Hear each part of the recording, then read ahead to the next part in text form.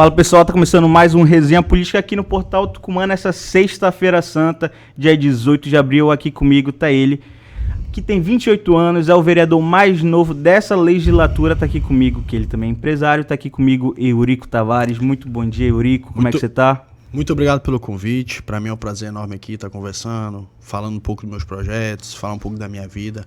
Para mim é um prazer muito grande. O trabalho da imprensa eu sempre valorizei muito por questões de que as pessoas muitas vezes julgam, né, sem saber. Então, sempre quando eu tenho oportunidade e vocês abrem as portas, eu sempre faço questão de ir. Então, muito obrigado pelo convite. Estamos aqui, vamos conversar. Eurico, eu queria saber quem é o Eurico fora dessa vida política, antes da gente entrar um pouco nesse papo. Quem é o Eurico empresário, o filantropo, o cara que apoia os esportes? Quem é esse outro Eurico, essa outra face? O Eurico é um empreendedor, né, que aprendeu com o pai a empreender. Comecei desde muito novo, com 16 anos de idade na fábrica do meu pai. E passei por todas as etapas da empresa, desde o transporte, da entrega, da logística, da produção, da planejamento de produção, planejamento de compras, diretor comercial, diretor da planta. E aí, quando eu firmei no maior nível da empresa, que é o diretor da planta, eu quis começar a empreender nas minhas coisas, né? Fui pro ramo imobiliário, fui pro ramo de produção de evento, fui pro ramo da internet, de tráfego pago, escritório. E aí fui montando as minhas coisas, né? E desde muito novo, quando eu comecei a me remunerar bem, com meus 22, 23 anos de idade, eu comecei a ajudar as pessoas, tanto de instituição, inclusive o Instituto do Autismo é um instituto que eu ajudo há 8 anos, antes de virar hype, antes de virar modinha falar de autismo, eu já ajudava eles, por isso que isso é uma das maiores bandeiras minhas do meu mandato, que é defender a causa TEA, né? Tanto as pessoas que têm esse transtorno, quanto os familiares, né? Dando auxílio, trazendo incentivo com projetos de lei e ajudando com uma parte do meu salário.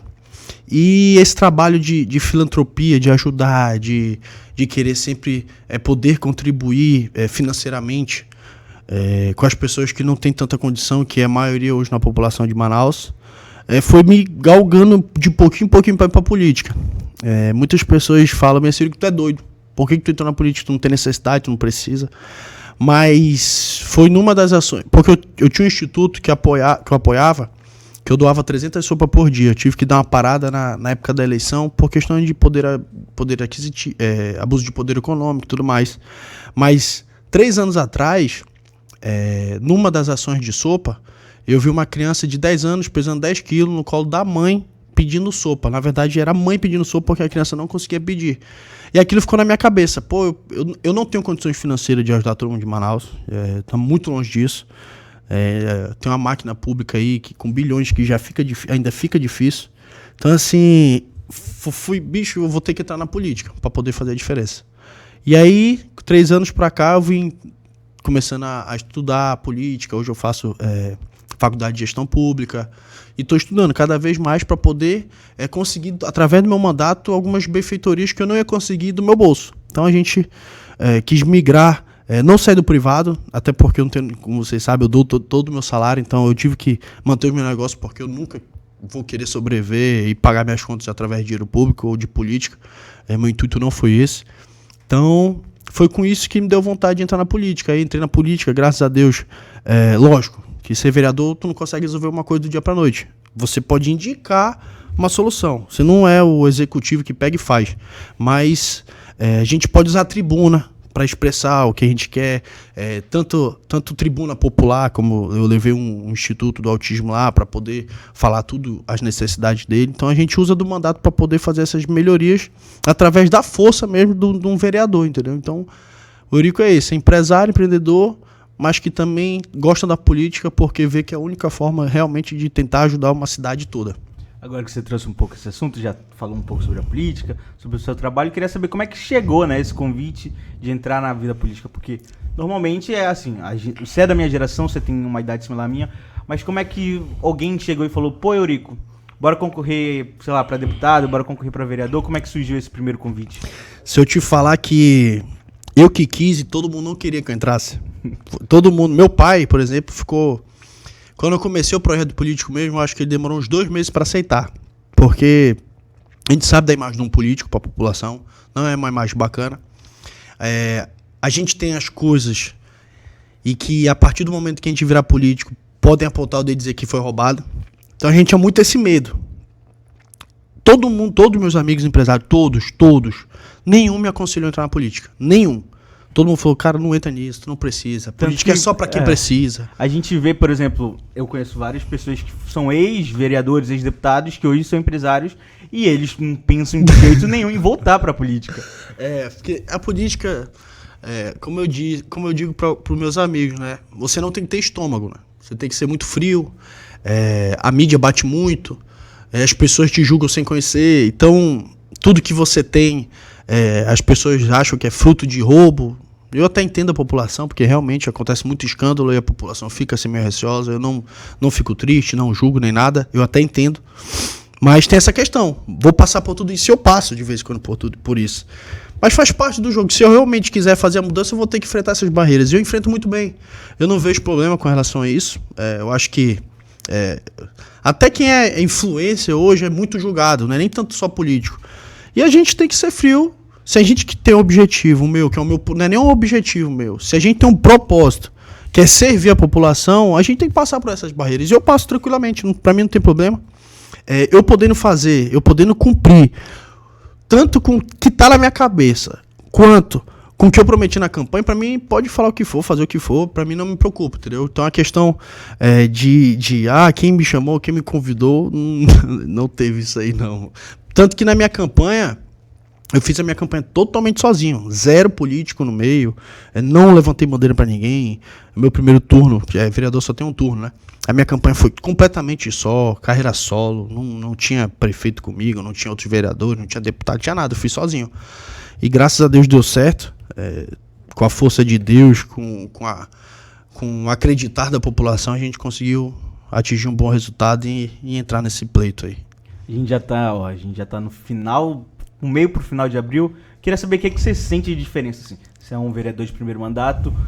Como é que aquela corrida eleitoral, como você achava que era o trabalho de vereador, agora já trabalhando, o que você sente de diferença? Porque qualquer coisa na nossa vida que a gente faz, a gente pensa que é uma coisa, a gente chega lá, a gente percebe que é uma coisa totalmente diferente. O que você sente de mudança nesses quase 5 meses? Pra mim, que sempre veio do ramo empresarial, do ramo privado, a gente quer tomar uma decisão, a gente toma e resolve na hora. Principalmente quando a gente, ou CEO ou é diretor, né? Então a gente pega e resolve na hora, muito rápido. No meio público é muito burocrático, principalmente para um vereador. A gente quer um projeto de lei meu de... Um exemplo que eu entrei semana passada, que já está indo em comissão. Uma área com prioridades dentro do Detran pro autista. Para não pegar fila, até para tirar a prova ser mais rápido. Sempre tem um preferencial no Detran para quem tem TEA, né, o transtorno do espectro autista. É difícil, tem que passar por uma comissão, até hoje não foi aprovado.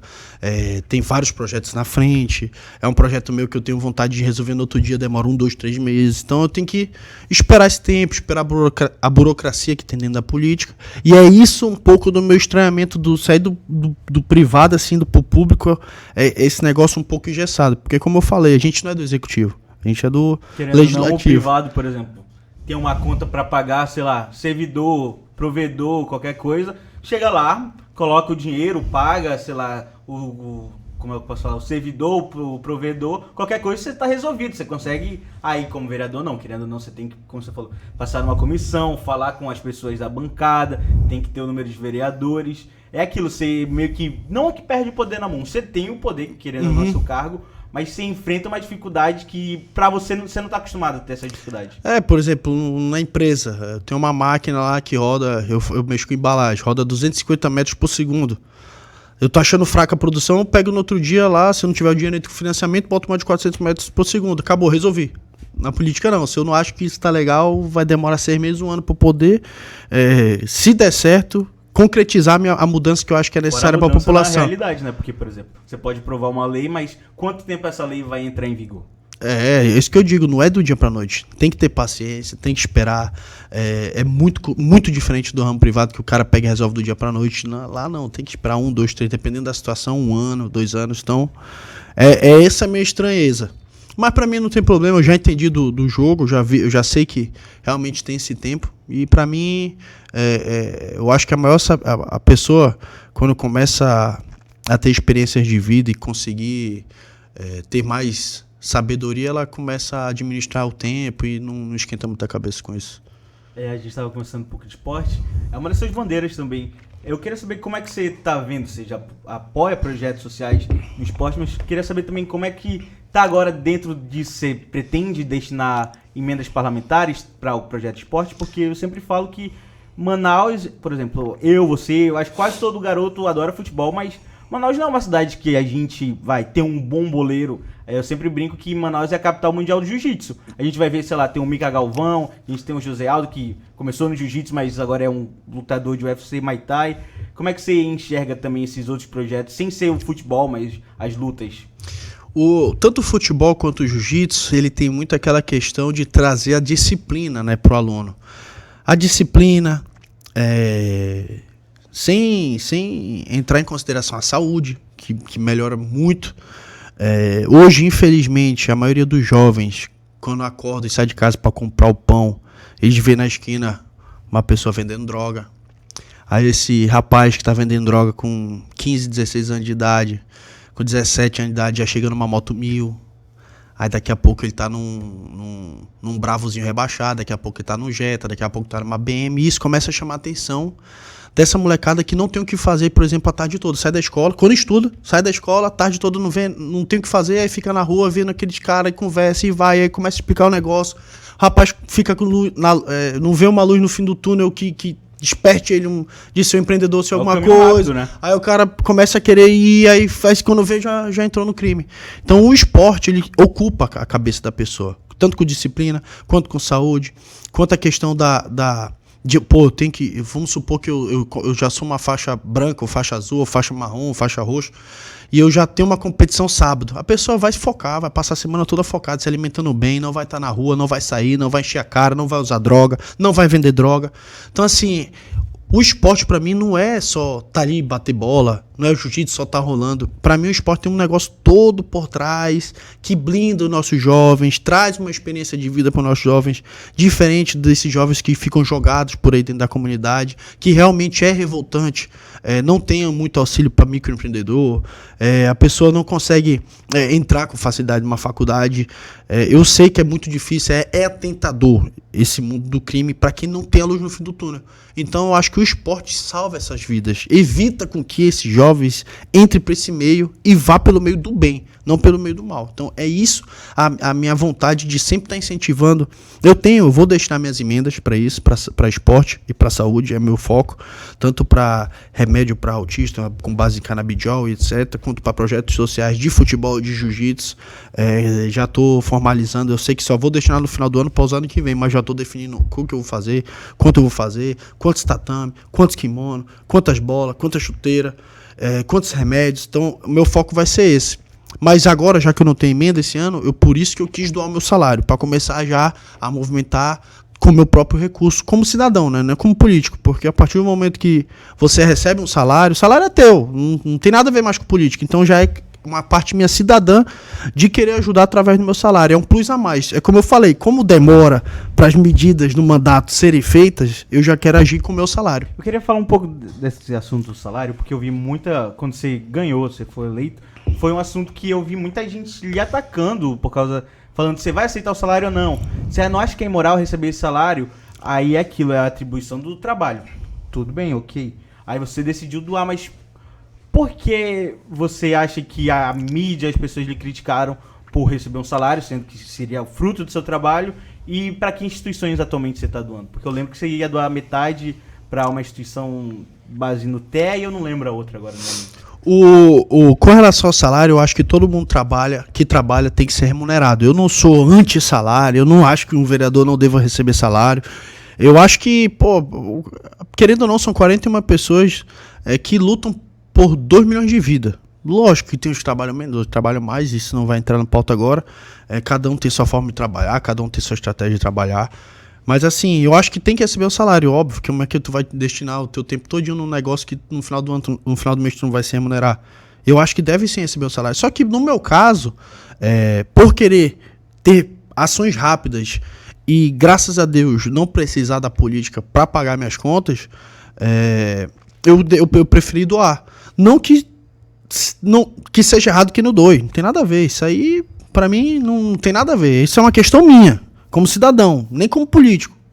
Eu acho que, pra mim, a melhor atitude para ter um rápido resultado, no meu caso, não julgando ninguém, é doando salário. Então eu fiz questão disso. Sobre a outra pergunta que você tinha comentado com relação à destinação do salário, que é metade terra, foi metade para terra, na verdade não foi assim. Eu ajudei o Instituto do Autismo no Amazonas, inclusive essa semana que vem eu ajudei também no evento que eles vão fazer lá no Amazonas Shopping. Eles vão vender os cordõezinhos de identificação, umas roupas, tal, para poder fomentar o instituto. Eu ajudei uma parte nisso, ajudei outras partes de jiu-jitsu. Tipo, eu acho que 60%, 70% do meu salário está indo para projetos sociais de jiu-jitsu dentro das comunidades. Uma outra parte vai para causa terra e uma outra parte para causas aleatórias. Por exemplo, tem um campo de futebol, a prefeitura está no planejamento para arrumar, mas vai demorar um pouco e o pessoal tá ansioso. Eu pego e boto lá, vai, mano, vamos se ajeitar aqui. Eu ajeito pra vocês, depois eu vejo outra situação. E assim, meu salário ele não tem, vai ser tanto por cento pra isso, tanto por cento pra aquilo. Não, é pra necessidade que vai aparecendo. E aparece parlamentar nesse momento. É uma mini emenda que eu mando privada. Mas aí também trazendo um pouco, você é o vereador mais novo, eu queria saber também como é que tá sendo, esse duelo geracional, porque querendo ou não, você tá convivendo com pessoas mais velhas que você, pessoas mais experientes nessa vida política. E, querendo ou não, a gente teve uma baixa renovação na Câmara. Se eu não me engano, além de você, foram mais 8 nomes. 13. Foram baixíssimas. Foi a menor troca, Foi a menor da história. 30%. Como é que você tá vendo, Porque eu sempre brinco com políticos mais velhos, como é que tá inserido na vida social, nas redes sociais, e agora o político, querendo ou não. Eu não gosto de chamar o político de blogueiro, mas é o jeito que ele mostra as suas ações. Mas como é que você enxerga do outro lado, como é ser um político novo numa outra realidade com políticos mais velhos? Dentro da casa, eu tive uma boa receptividade, todos me trataram muito bem, com respeito, não tive nenhuma dificuldade de relacionamento lá dentro, até porque eu sou uma pessoa muito tranquila, não entro em confronto pessoal nem nada. Quando a gente debate alguma coisa lá, a ideia mesmo para a população. Não faço questão também de usar da rede social para subir em cima de ninguém. Eu não faz parte da minha índole, não faz parte da minha criação querer subir nas costas dos outros para poder ter resultado. Nunca fez parte de mim isso. Mas graças a Deus eu estou sendo muito bem recepcionado lá com os colegas vereadores. Não sei quando sai de lá como é que fica, né? Porque bastidor é outra coisa. Mas presencialmente, graças a Deus, está tudo sob controle. Tem um vereador e outro que sempre tenta usar do meu engajamento para poder subir de engajamento, mas eu não ligo para isso. Eu acho que cada um tem sua estratégia política. Não afetando a família, para mim tudo faz. E tá tranquilo, graças a Deus. E falando um pouco esses últimos meses, Manaus teve 3 apagões.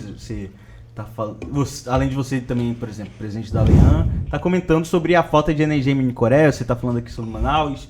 Como é que você tá vendo isso dentro da comissão?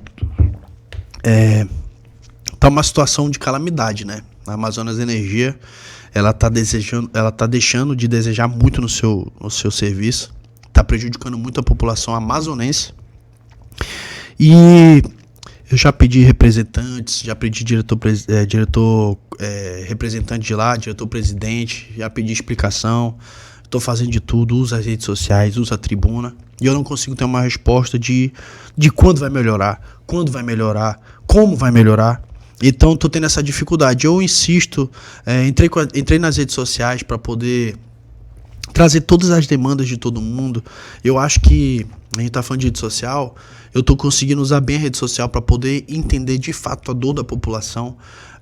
Eu vejo assim, casos assim, de saúde, que a pessoa precisa dos remédios estarem gelados e a geladeira queima, prejuízos financeiros de meu micro-ondas, minha geladeira, meu ar-condicionado, tudo queimou, não terminei, estou na segunda parcela de 12 ainda.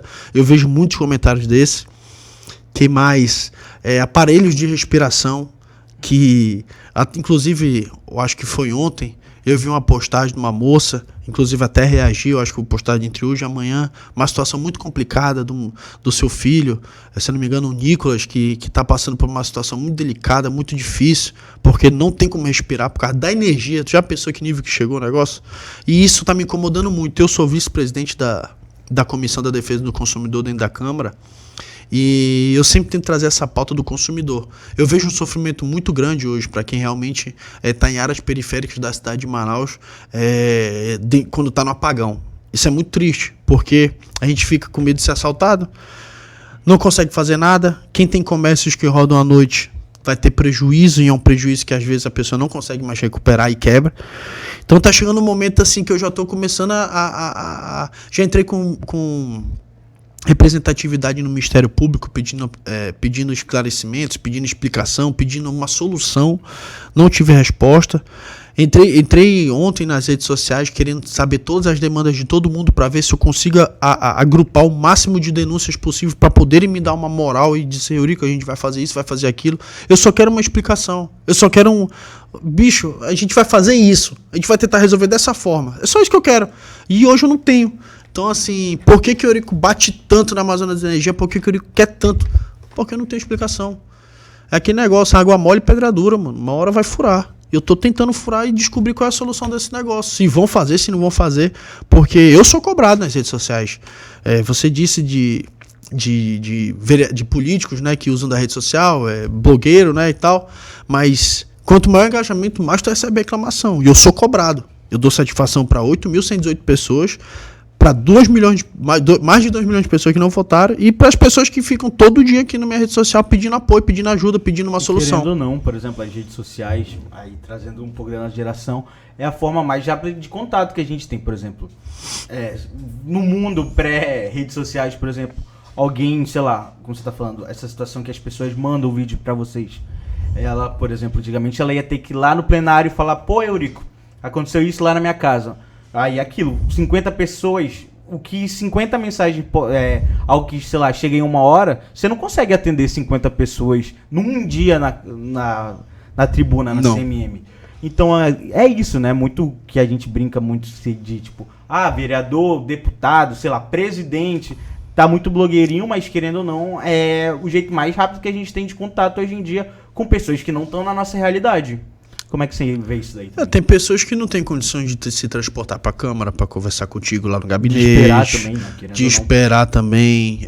Eu acho que hoje, se souber usar a ferramenta das redes sociais, você consegue trazer muita solução para a população através da tecnologia.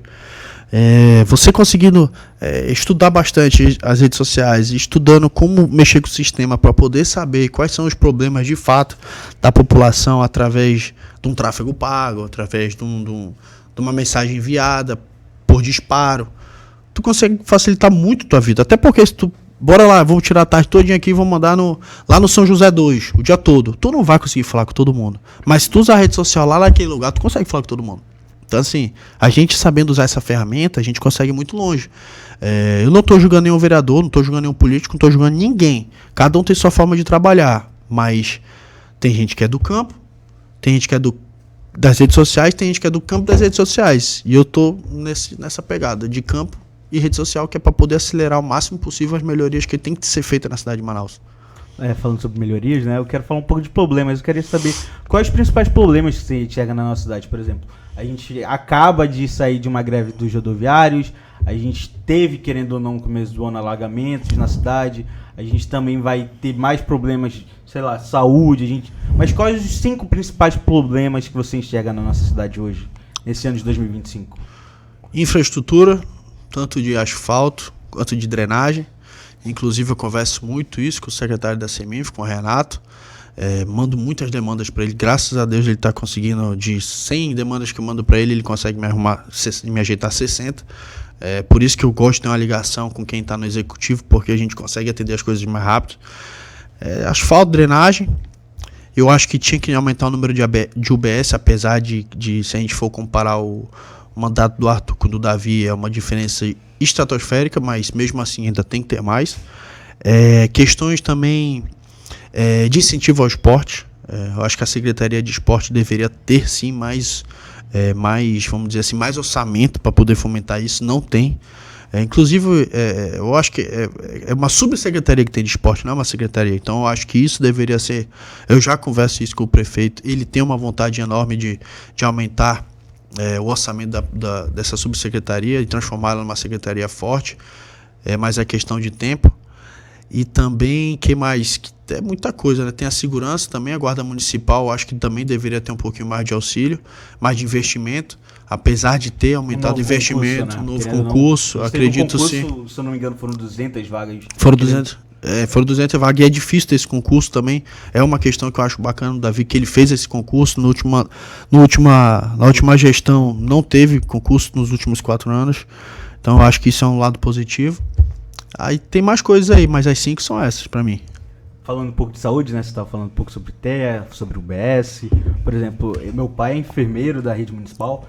E, por exemplo, eu vejo muito que é um problema que eu acho que antigamente tinha muita casinha, né? Aí trazendo um pouco mais antigamente. Porque, por exemplo, hoje em dia a gente tem mais UBSs. Antigamente a gente... Que é, pro pessoal ali de casa que não entende muito bem como funciona uma UBS, cada zona da cidade tem, em determinados bairros, uma UBS para atender a cada 18 mil pessoas.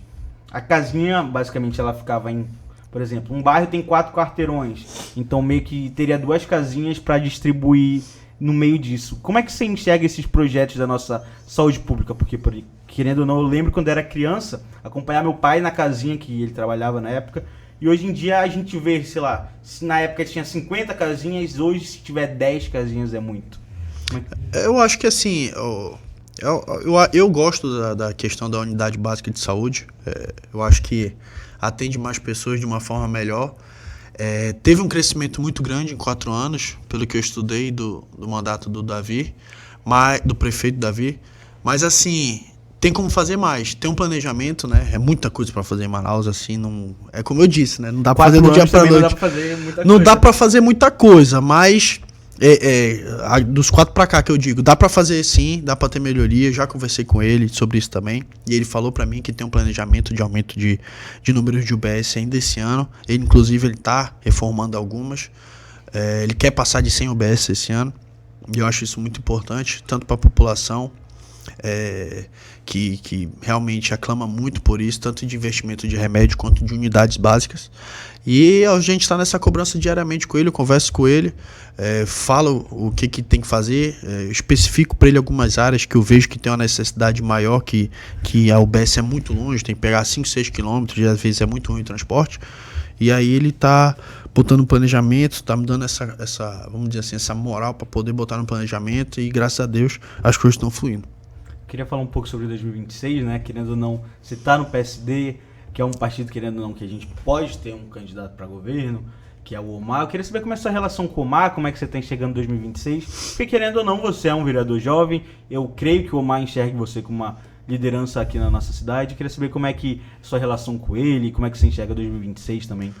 O Omar foi uma das pessoas que, fora dos amigos que eu tinha, que a gente estava conversando mais cedo, que não queria que eu entrasse, o Omar foi uma pessoa que abriu as portas para mim, do seu partido, né? Conversei muito com ele, muitos conselhos foram dados para mim. Com a experiência que ele tem de vida, ele conseguiu me passar muita coisa que facilitou muito esse meu caminho, tanto para ser eleito quanto para manter o meu mandato agora. Eu acho que ele vai ser pré-candidato. Tem uma experiência absurda, tanto na segurança, que é uma das coisas que eu mais presto, que foi ele que criou a Ronda no Bairro, ele que fez vários investimentos na época que ele era secretário de segurança, montou hospitais quando era governador, de respeito, de nome, que até hoje salvam muitas e muitas vidas, muitas pessoas são gratas por isso.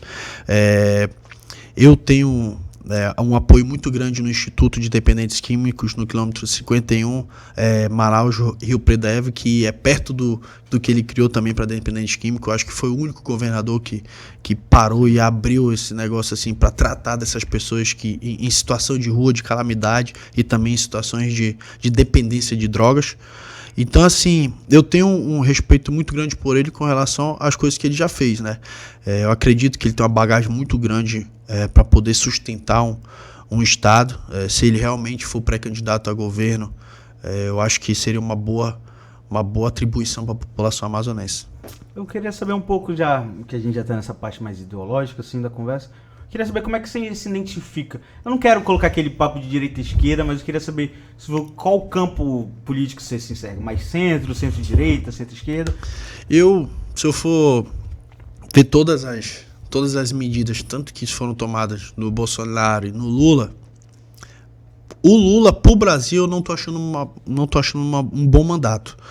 Pro Amazonas foi bom com relação à Zona Franca, porque ele deu o auxílio junto com os senadores e com o apoio dos deputados federais, né? O Eduardo Braga, o Omar brigaram muito por isso. Eu fico muito grato. São duas lideranças, querendo ou não. Por exemplo, eu sempre brinco que o Omar e o Eduardo podem não agradar gregos ou troianos. Pra mim não agrada, pra várias pessoas não agrada, mas é aquilo. São dois nomes que, por exemplo, chefe de bancada do PSD, querendo ou não, tem 11 senadores. O outro é do MDB, que se eu não me engano são 13 ou 15, agora não me lembro muito bem.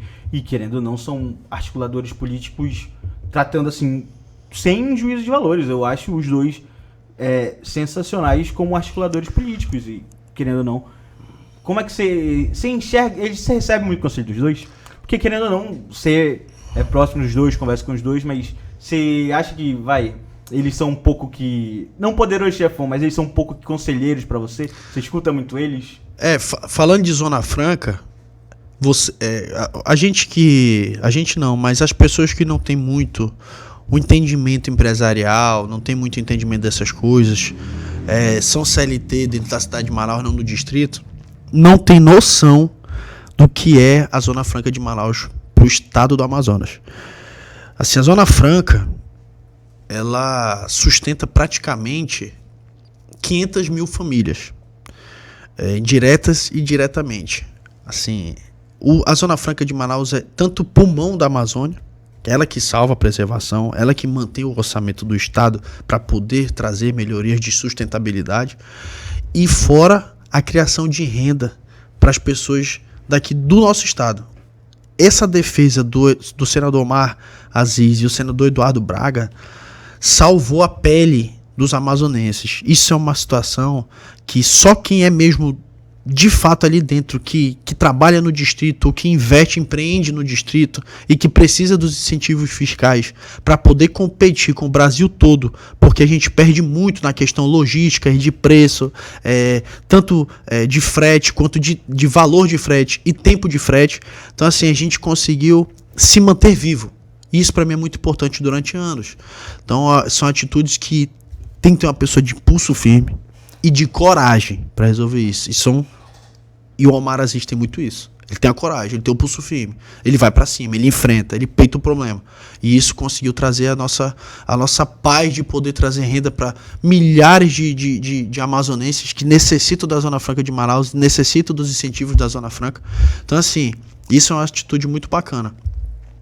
Com relação a conselho, eu confesso que com o Eduardo eu não tive tanta conversa quanto eu tive com o Omar. Mas esses caras já, não tem como. São duas pessoas assim que...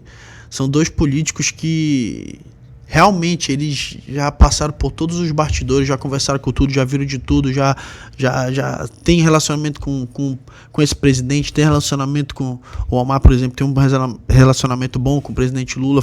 Eu acho que isso um dos principais fatos de terem salvado a Zona Franca de Manaus. E o Eduardo também. E são pessoas que são políticos que têm anos de carreira e que realmente, cada conselho que eles dão, se você souber aproveitar, eu tenho certeza que vai dar certo. Respondendo essa pergunta de direita e esquerda, tem muitas atitudes que, tanto mais para o Amazonas, né? Não falando Brasil, porque se for Brasil eu sou bem direita, mas para o Amazonas a esquerda foi boa, com relação a isso que eu falei da Zona Franca. Mas se for escolher direita e esquerda, eu sou meio centro. E eu acho que eu dou uma puxada pra direita com relação aos princípios de pátria. Brinco, por exemplo, atualmente você é vereador, mas, por exemplo, o vereador não tem que pensar muito em ideologia. É aquilo que eu sempre falo. O buraco da tua rua não quer saber se tu é de direita ou se é de esquerda. Tipo isso. No final ele vai estar lá de qualquer jeito. O vereador, ele não... Que eu sempre falo. O vereador... A gente tem, querendo ou não, vereadores que são A gente tem vereador do PT, a gente tem vereador do PL, que eu sempre brinco que alguns se abraçam muito nesse lance da ideologia e acabam esquecendo que o papel do vereador não é esse, vai. Deixa isso pro teu deputado federal, deixa pro teu governador, deixa até pro teu presidente. Mas eu falo, o buraco da tua rua é o que tu vai ser cobrado, eu não penso se tem direita ou de esquerda no final do dia. Assim, vamos destrinchar esse buraco aí. Se o governo federal realmente abraçar o Amazonas e destinar emendas tanto para o estado quanto para a prefeitura, a gente consegue tampar mais buracos. Eu acho que hoje, se eu não me engano, posso estar falando besteira, mas eu acho que o governador ele é mais de direita, então ele não tem tanta conversa com o presidente Lula. Com o presidente, mas assim, mesmo assim o presidente não deixa de mandar emendas, não deixa de mandar recursos para cá. Então assim, isso influencia bastante. Mas no caso do Amazonas foi positivo a esquerda aqui no Amazonas. Não digo pro Brasil, mas pro Amazonas foi bem positivo. E tem atitudes do Bolsonaro no último mandato que também foi muito positivo para cá, porque é uma pessoa que conseguiu reduzir orçamentos, conseguiu reduzir custos, conseguiu reduzir impostos. Então assim, cada um tem seus defeitos e cada um tem cada um tem seus prós e seus contras, né? Eu não tenho, eu sou Bolsonaro, eu sou Lula. Tem atitudes do Lula que eu gosto, tem atitudes do Lula que eu não gosto, tem atitudes do Bolsonaro que eu gosto e tem atitudes que eu não gosto. Então, mas se for definir de ideologia, eu sou mais cara da pátria, mais família, eu sou mais desse lado aí. Mas eu me identifico como centro, porque eu me simpatizo com atitudes dos dois lados e também acho algumas atitudes ruins dos dois lados. Então, sou mais centro, mas uma puxadinha de leve. Falando um pouco também sobre projetos de leis, né? Você tem um projeto, por exemplo, que é uma espécie de, como eu posso falar, prato popular. Como é que você enxerga essa proposta? Porque, por exemplo, eu lembro quando era criança, lá no centro tinha o prato cheio, o governador agora também está voltando com alguns, agora acho que é Prato do Povo, novo nome. Mas como é que você está enxergando esse projeto? Como é os seus principais projetos para levar para a Câmara esse ano? Eu acho que assim, como eu venho muito da causa social e foi isso que fez eu ingressar na política, são projetos que eu vejo com muito futuro de ajudar a população. Eu não acho positivo só você dar o alimento ali e virar as costas, porque no outro dia a pessoa vai ter fome de novo. Mas eu acho que para poder sair de uma situação muito crítica e poder pensar em outras coisas, ou correr atrás de emprego, ou montar um micronegócio, ou fazer alguma coisa, eu acho que primeiro você tem que matar a fome, né? Então eu acho isso uma atitude positiva. Muito assim, porque a gente, eu não sei você, mas a pessoa que realmente tá ali um dia, 2 dias sem comer, uma realização. O cara receber um prato é uma realização de um sonho. Então, que é aquilo que, por exemplo, no Brasil, a maioria dos crimes, já trazendo um pouco de direito e tal, a maioria dos crimes que a gente tem são torpes. E por exemplo, sei lá, a gente vê casos de mãe roubando saco de leitinho e a mulher fica presa de, sei lá, 7 anos. E querendo ou não, por exemplo, essa ajuda que, por exemplo, tem gente que critica, mas, por exemplo, se a mulher não tem o que comer e ela tiver um lugar onde ela possa se alimentar, ela não cometeria esse crime também, levando um pouco para esse... tem muito saqueamento, né, de supermercado, roubo de... hoje em dia também os caras roubam um café, né? Brincadeira. Mas assim, a gente podendo absorver esses problemas dando comida para que não possa ser assaltado, nem saqueado, nem nada, fica mais fácil. Até porque realmente é muito difícil dentro das comunidades você ter uma oportunidade de emprego, uma oportunidade de abrir um negócio. Até por questões de educação e cultura mesmo. Não tem esse incentivo, não tem esse auxílio, não tem nada que faça a pessoa abrir os olhos para empreender alguma coisa. Então, assim, elas passam por dificuldade. Então, eu acho que esse apoio social, de alimentos, eu sempre vou incentivar, sempre vou ser a favor, mas, ao mesmo tempo, eu não acho que tem que ser para a vida toda. Eu acho que é só para tampar um problema ali durante um tempo, para a gente não tampar o sol com a peneira, e poder dar mais incentivo para a pessoa não precisar mais estar não precisar mais estar pedindo comida, entendeu? Falando um pouco, você tem esse assunto da causa autista, que eu não entrei tanto a fundo, mas, por exemplo, eu acho que no começo desse mês, ou final do mês passado, por exemplo, no meu bairro, que eu moro em Petrópolis, a gente teve o Kaique, né? A gente teve a inauguração da Casa Azul aqui no estado. Como é que você pretende, já que você é uma pessoa que abraça a causa, eu queria saber se você vê, sei lá, uma UBS sendo uma Casa Azul? Como é que você enxerga esses assuntos assim? Não, o prefeito ele tem um projeto da Casa do Autista, né? E é um projeto que, inclusive, eu tento acompanhar. Eu acompanho ao máximo, né? O planejamento desse projeto. É muito importante para essas famílias. Eu visitei o maior jardim neurosensorial da América Latina, lá em Balneário Camboriú. E eu pude ver o trabalho brilhante que esses institutos, que esses apoios, que essas casas trazem para as famílias TEA, né? Que têm entes queridos que têm o transtorno do espectro autista.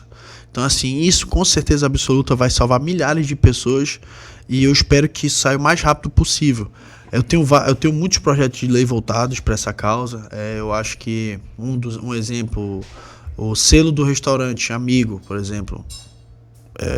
Lei do restaurante amigo, quer dizer, desculpa. Ele é um projeto fantástico, porque hoje em dia você chega no restaurante, você não tem monitor que possa cuidar da criança. Você não tem um menu adaptado para a criança com imagens que possam facilitar o seu pedido. Em caso de pânico, não tem nenhuma pessoa que possa auxiliar lá. Não tem espaço também devido para isso, para a criança ou para o adolescente, ou para quem quer que seja, queira se distrair, se entreter alguma coisa, não tem nenhuma área específica para isso.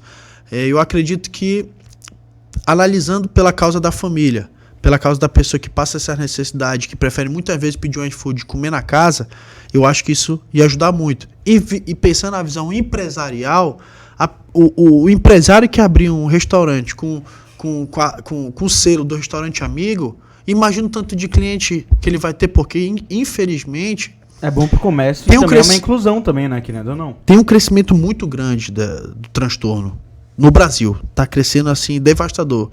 Eu não sei se é por questões de rede social, telefone, mas assim, tá crescendo muito o número de autistas. Então, assim, já pensou tu abrir um negócio que tem todo o apoio, todo o auxílio? Eu tenho certeza que você vai vender muito mais. Vai trazer muito mais pessoas, mais públicos de outras áreas.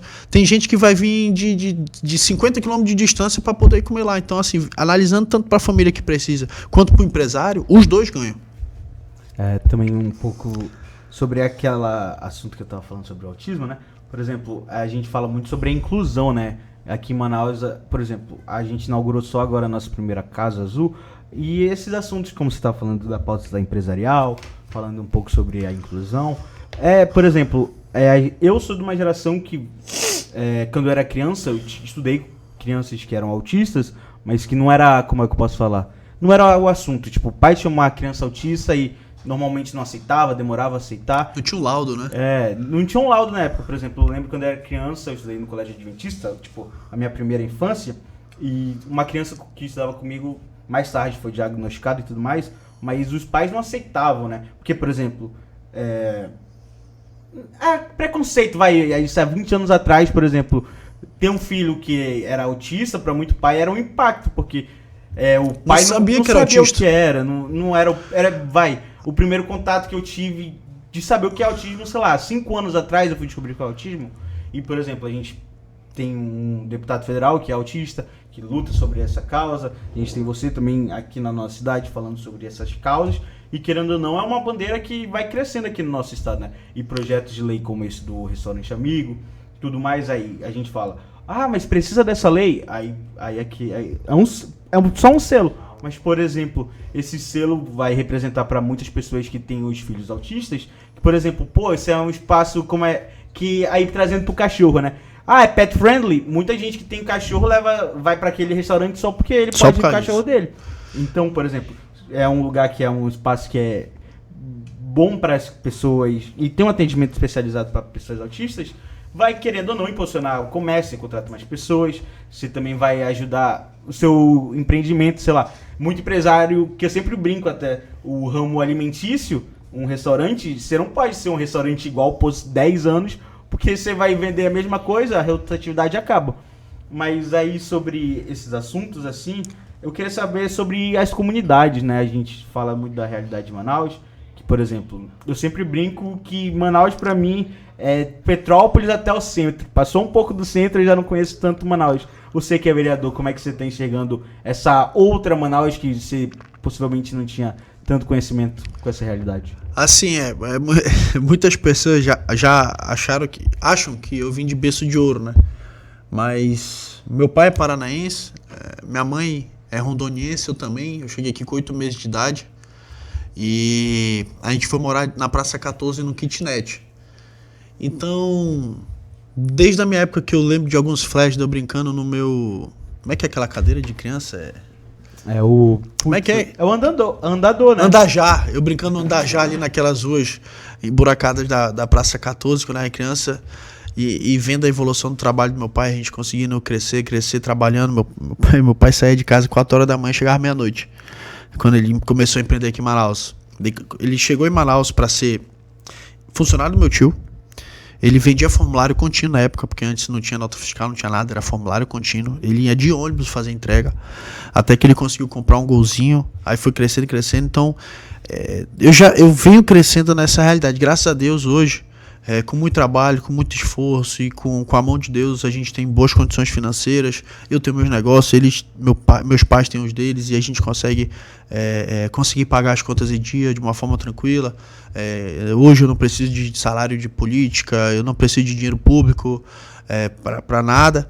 Então, assim, junto com essa experiência de quando eu era mais novo, junto com a experiência que eu tenho do dia a dia da minha causa social, desde eu era da sopaterapia, fiquei 2 anos na sopaterapia entregando toda terça-feira dentro do centro, dentro das comunidades. Quando eu doava as 300 sopas por dia, que eu ia lá no São José 2, no Jorge Teixeira, na Comunidade Nobre, no Santa Etelvina, na Cidade Nova, na Zona Leste, no Jorge Teixeira, eu pude sentir isso. E foi isso que foi crescendo cada vez mais a chama dentro de mim para entrar na política. Então, assim, essa causa social, essa causa de tentar ajudar o próximo, essa causa de sempre pensar no futuro desses jovens que estão sempre à deriva do crime, à deriva de não ter esperança, não ter a luz no fim do túnel, não sabe o que vai fazer. Isso foi crescendo, a chama em mim de se tornar político. E hoje que eu me tornei político, é a chama de eu sempre querer fazer mais através do meu mandato.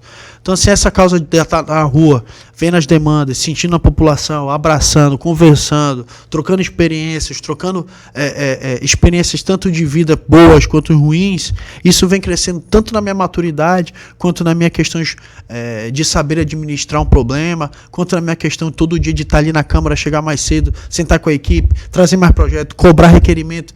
Então, para mim, isso vai crescendo cada dia mais, cada vez que eu ando mais nas ruas. Então, é o que está me dando aptidão, é o que está querendo me trazer e me manter dentro da política. Muitas pessoas acharam que eu ia me frustrar, mas é muito difícil eu me frustrar. Não me frustro, porque eu só paro quando eu consigo alcançar o objetivo. Eu tenho uma meta na minha vida, que é ajudar 2 milhões de pessoas. Eu não sei se eu vou morrer na política. Eu não sei se eu quero... eu quero ficar 20... Opa! Eu não sei se eu quero ficar 20, 30 anos na política. Eu não sei se esse vai ser meu desejo, mas eu tenho uma meta a ser cumprida. Se eu conseguir ajudar 2 milhões de pessoas e mesmo assim querer continuar na política, beleza, é um plus a mais. Mas se eu conseguir atingir isso, talvez eu pare. Então eu tenho esse planejamento da minha vida, eu tenho esse projeto. Não é um projeto de vida ser político, mas se Deus me botar no caminho e falar bem assim, vai que você está indo bem, eu vou continuar. Eurico, a gente já está indo para a parte final do programa. Eu gostaria de agradecer você por ter vindo. Eu gostaria também que você deixasse uma mensagem para o pessoal de casa. A câmera bem aqui é toda sua. Pode deixar a sua mensagem aí, agradecimento. O tempo é seu. Não, falar da Páscoa, né? Que tá chegando agora, momento de a gente se dedicar mais, dar uma atenção a mais para Jesus, para Deus. Eu acho que é um momento especial para a gente estar com a família. Para quem tem muita fé, é um momento de oração, um momento que a gente consegue se juntar todo mundo, né? Ter aquele momento em família. Para quem é cristão e crente, e eu acho que não tem diferença nessas horas. É sempre se apegar mesmo a Jesus. Todo mundo sabe da importância dele para o mundo. E eu acho que é o momento da gente refletir um pouco sobre a vida, é o momento da gente estar com a família, é o momento da gente realmente pensar nos propósitos, repensar o que a gente vai fazer durante o ano para poder alcançar o objetivo que a gente tem em mente. Então, assim, uma feliz Páscoa a todos, um ótimo feriado, que Papai do Céu nos ilumine, nos abençoe, que eu peço todo dia, que Ele me ilumine, me proteja, perdoe meus pecados e que me diga o caminho certo. Então é o momento da gente estar em sintonia em família, passo a desejar a todos uma feliz Páscoa, que Deus esteja sempre presente na nossa vida e que seja um momento muito bom para unir Deus, Jesus e a família. Obrigado pela oportunidade de estar aqui. Com essa mensagem a gente vai encerrando por aqui. Gostaria de desejar a todos uma feliz Páscoa, uma feliz Sexta-feira Santa. A gente vai ficando por aqui. Semana que vem tem mais Resenha Política. E até mais, pessoal.